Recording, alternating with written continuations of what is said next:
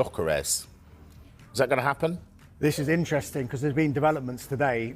We're told that Manchester United have made initial approaches over the Sporting striker Viktor Gyokeres, but it's via intermediaries. So it should be stated here, it isn't club-to-club contact yet. It's one of those situations where they will approach intermediaries to try and explore the conditions of a particular deal. Is that normal? Yeah, these things can happen between clubs. If a player has been told, yes, we will allow you to leave provided the price is right, there's no point wasting time. It's almost the unwritten rule of see if you can sort out a club and then the two clubs will come together and try and sort out a price. There's no point spending weeks and weeks, clubs trying to sort out a fee, finally getting it over the line and then say, come on then, oh no, I don't fancy going. Yeah. And all of that will have been for nothing. So there has to be some sort of encouragement that the player would want to go.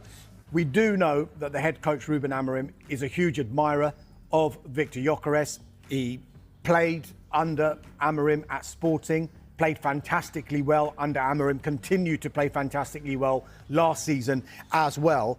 And it should also be said here that United are in the market for a striker regardless of what happens with Rasmus Højlund. We did tell you last week that there has been some interest, particularly from Italy, where his stock is still quite high because he came from Atalanta, was highly rated when United took a punt on him. Inter Milan, we think, are interested. They were just waiting for Christian Kivu to be appointed officially, and now they will make a decision on whether they want to pursue it or not. Rasmus Højlund, though, publicly at least, is saying, I've got a contract here for another few years.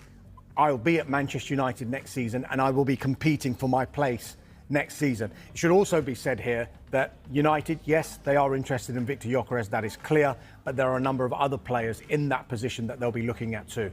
Are they still looking at Bryan Mbeumo from Brentford? 100%, yeah. Talks are ongoing between Manchester United and Brentford over the signing of Bryan Mbeumo. United, we think, will go back in with an improved offer for the forward after their first offer was rejected. That first offer was an initial £45 million plus £10 million in performance-related add-ons. So you're looking at a total package of £55 million. And I think United knew that would get rejected, but it's the start of a negotiation. What we do know is that Bryan Mbeumo wants to go to Manchester United. There's all this talk that's come up recently that with Thomas Frank potentially going to Tottenham, would he try and sign Bryan Mbeumo? He might try and do that, but as far as we're aware, we think that Mbeumo has chosen United. Dharmesh, we've been told, haven't we, there's doom and gloom financially at Manchester United. People have, sadly lost their roles and stuff. Where's the money coming from for these signings? Well, I mean, look, with regard to the Cunha signing and the Mbeumo signing, it's not Manchester United start a transfer window and they've got £0 to spend. They will have a budget, and I think that regardless of what happens with sales, those two kind of signings will fall within that budget. I think thereafter, then you might see a situation where Manchester United will have to maybe make sales to fund other signings. Now, if you look, interestingly, at the signings that they're trying to make at the moment, Mbeumo and Cunha's in already. You could argue that they would likely play in the number 10, one of the number 10 roles behind the striker. Now, if you look at the players that United have in their squad who could potentially play in that role, you're looking at the likes of Rashford, Sancho, Antony, Garnacho. They look like that they would be up for sale effectively for United. So I think United would prefer permanent sales of those players. If you look at their market value at the moment, they would probably get around upwards of 100 to 125 million pounds combined for those four players. But you can't rule out loan moves again for these players either, because some of them, particularly Rashford and Sancho, will be on high wages. And so would a club want to take on those high wages, or will they need the help of a club like United to be able to maybe just subsidise some of those wages as well? Another complicated summer for United then. Carvey, let's talk to United. Could Arsenal nip in and nick him? There have been lots of reports that there's a bit of a split at Arsenal in the sense that Andrea Berta, the new sporting director, may want Gyokeres, whereas Mikel Arteta is leaning more towards Sesko. I haven't seen with my own eyes a great deal of both of the players, but I think they're different types of strikers, and Gyokeres is just a goal machine.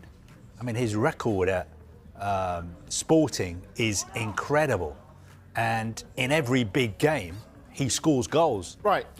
Title decider, he scores. Look at Cup these. final, he scores.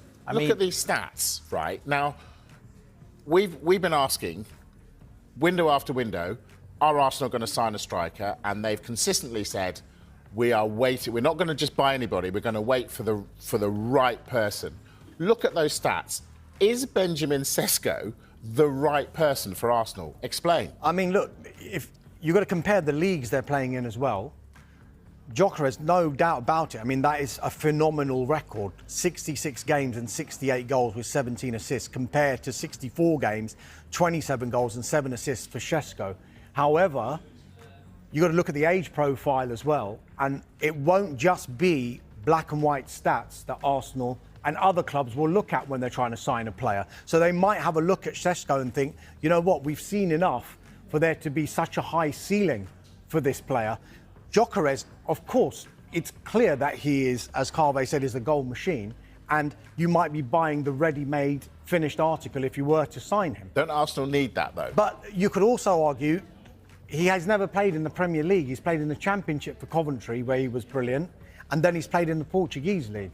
So Sesko has gone to the Bundesliga, widely renowned as one of European football's top 5 leagues. So they might take that into account as well. But Arsenal might see his ceiling as being a lot higher than maybe Gyokeres, simply because, one, of how he's playing, but also because of his age profile as well. Yeah, I get that. Is there the possibility, though, Carve, that Arsenal might go for the younger man whose stats are clearly a lot worse than Gyokeres's and end up like Man United did by buying a striker on potential and not being the finished article? I mean, first of all, I'm not a great fan of stats. I think Our stats man's gutted now. Glad we put that worked one hard up. on that. Glad we put that one up for you to I think one stat that's really important is age. Sesko's obviously 5 years younger, I think, so would have more of a resale value. But you need to look in depth at how Sporting play and how Leipzig play. Sporting are the best team in Portugal. I imagine the way they play, they dominate the ball in a lot of games. They have excellent creative players whose job is simply to create chances for Gyokeres. And Gyokeres is a fantastic finisher, and that's why playing in the best team in Sporting, he's scoring so many goals.